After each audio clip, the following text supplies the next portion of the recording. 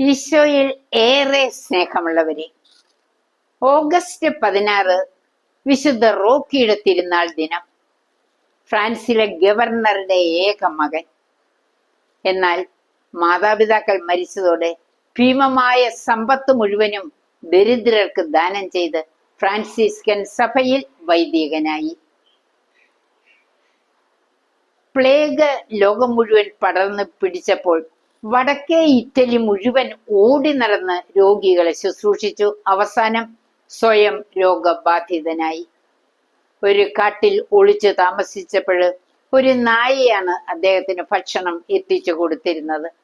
രോഗവിമുക്തനായപ്പോൾ സ്വന്തം നാട്ടിലെത്തിയെങ്കിലും ഒരു ചാരനെന്ന് മുദ്ര കുത്തി അദ്ദേഹത്തെ ജയിലിലടച്ചു. അങ്ങനെ 1327 ആ ജയിലിൽ വെച്ച് തന്നെ അദ്ദേഹം മരിച്ചു.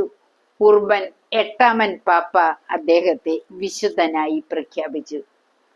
നമുക്ക് പ്രാർത്ഥിക്കാം. കർത്താവായ ദൈവമേ, വിശുദ്ധ റോക്കിയെ പോലെ ധനം വ്യയം ചെയ്യാനും ദരിദ്രരെ സ്നേഹിക്കുവാനും രോഗികൾക്ക് ഞങ്ങളെ തന്നെ വിട്ടുകൊടുക്കാനും സേവന മനസ്ഥിതി വർദ്ധിപ്പിക്കണമേ. അപരനെ സ്നേഹിക്കുവാൻ ഞങ്ങളെ പഠിപ്പിക്കണമേ.